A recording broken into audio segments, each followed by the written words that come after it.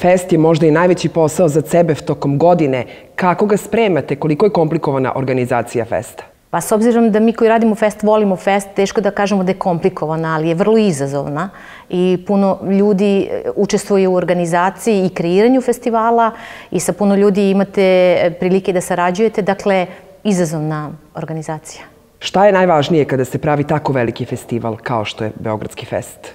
Da dobro znate šta želite da postignete, da dobro znate kako želite da pozicionirate svoj festival, da dobro znate šta želite da bude rezultat organizacije takvog festivala. A šta vi želite?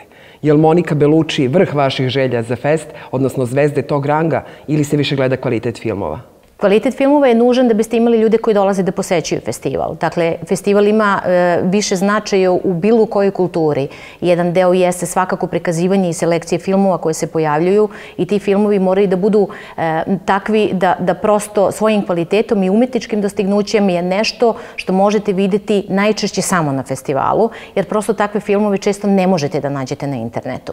No, drugi deo priče jeste da dovedete u Beograd ljudi koji su ključni, važni i značajni za filmsku industriju i da su tu ljudi ovde koji se bave filmom imaju prilike da upoznaju, da razmenjuju misli sa njima, učestvuju na master klasovima. Dakle, svaki festival ima višeslojni značaj.